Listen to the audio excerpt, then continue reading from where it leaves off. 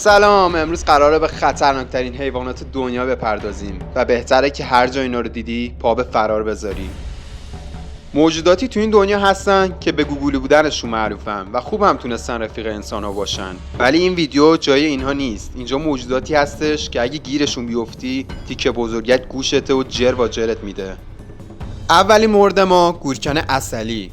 این حیوان نسبت به اسم و جثه‌اش به نظر خطرناک نمیاد و جزو خانواده راسوها به حساب میاد. این موجود وقتی یک شیر یا ببر هم بخواد بیاد و این حیوان رو شکار کنه، نه که فرار نمیکنه، تازه وای میسته باهاشون مبارزه میکنه و انگار اون دوست داره شیر رو شکار کنه.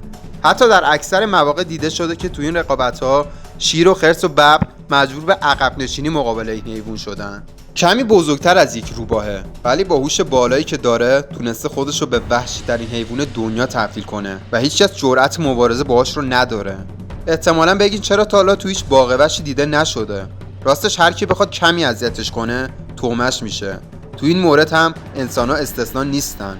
حتی سم مارها روی این حیوان هیچ تأثیری نداره و مارها شکار خوبی هستن براش. دومین حیوان این لیست خرس مالایا که بهش خرس آفتاب هم میگن. این جانور کوچکترین عضو خانواده خرس هاست که قدی حدود 1.5 متر دارند. این موجود وحشی‌ترین گونه خرس هاست. روی سینه‌اش علامتی شبیه به خورشید داره که برای همینه این اسم روش گذاشتن. زبونی به طول 10 متر داره و بلندترین دندون‌ها رو نسبت به خرس‌های دیگه داره. بدون دلیل میتونه به هر انسانی که ببینه حمله کنه و از فرزنداش در مقابل تهدیدها به خوبی مراقبت میکنه. گاهی اوقات خرسای آفتاب مادر بچه‌هاشون رو با دو بازوی جلویی خودشون میگیرن و روی دو پای عقب خودشون راه میرن که این از علاقه زیادشون به بچه‌هاشونه.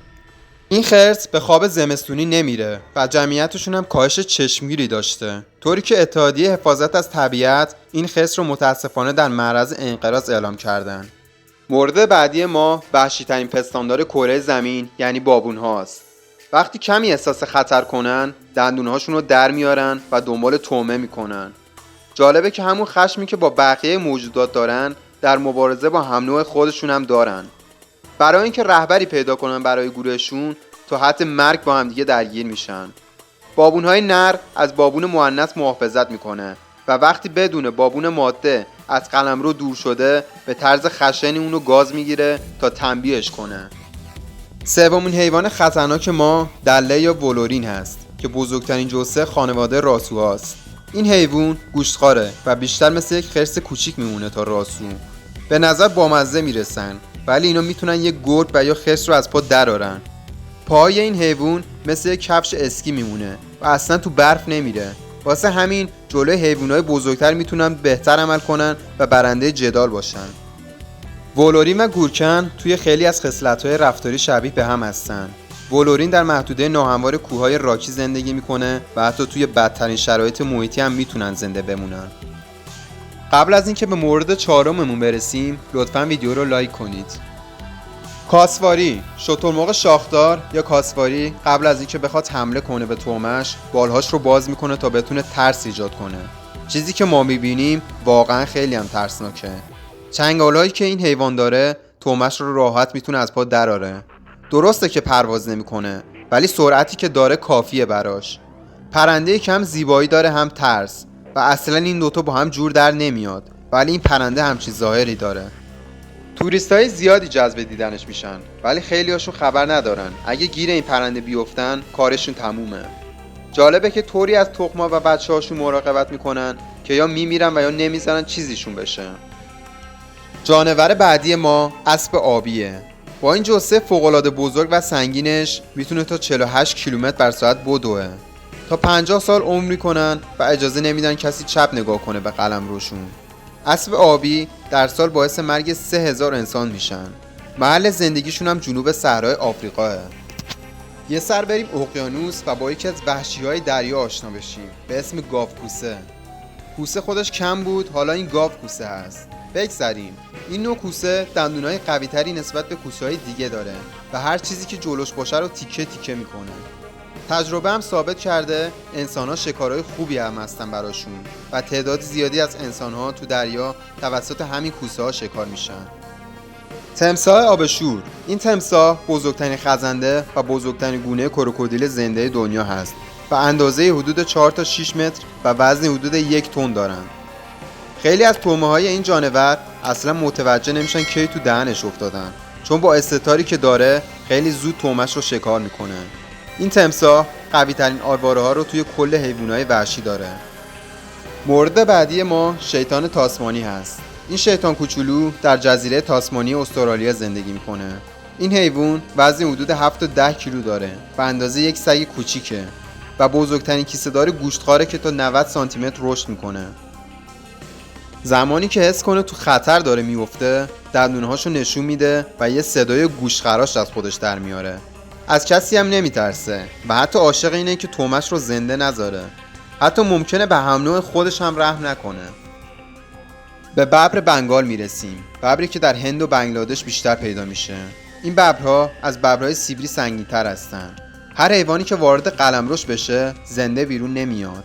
این ببرها مرده‌خوری نمیکنن، ولی اگه مریض باشن و نتونن شکار کنن مجبور به این کار هم میشن.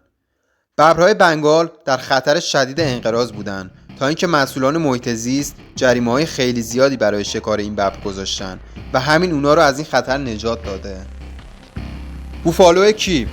این بوفالوها سخت شکار میشن. مثلا یه شیر هم ممکنه از پسش بر نیاد و کلی شیر نیازه که تو همون شکار 2 تا شیر ممکنه کشته بشن. اون طعمه رو با شاخهای خودش میزنه، بعد زیر سمای خودش له میکنه. اونا با گله های 200 تایی زندگی میکنن و خیلی وقتا محل زندگی خودشون رو تغییر میدن. گرگ خاکستری. گرگایی که تو زمستون به وحشی ترین حالت خودشون تبدیل میشن.